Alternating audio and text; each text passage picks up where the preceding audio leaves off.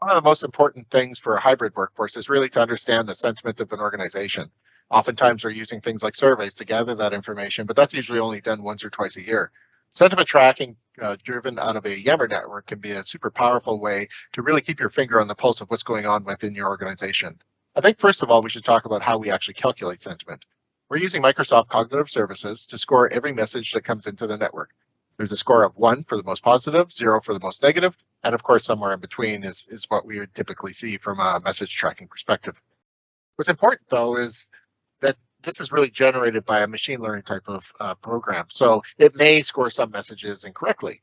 However, what we have found is that when you aggregate a lot of messages over a long period of time, you can really start to see trends that are very, very meaningful.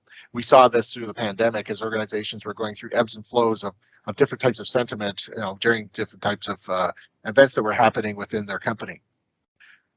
What we are providing you on this screen is, first of all, the trend, right? So are we moving up or are we moving down? Average sentiment, what does that mean? Well, we're showing you that it's positive. So a 0.65% is actually a positive sentiment score.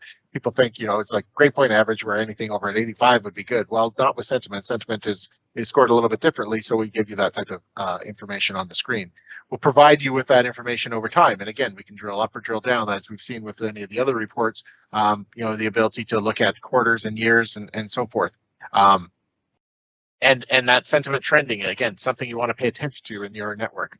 Another little AI part that we have here is looking at this period of time and everything that's in scope. So right now we've got the entire network in scope and understanding what are the things that are either increasing sentiment, or I could change my filter here to decreasing sentiment. So what we're looking at is, the time of day is actually an influencer. So of course, this is all test data. We find this to be a little bit more interesting and intuitive when you take a look at this with real data within your network.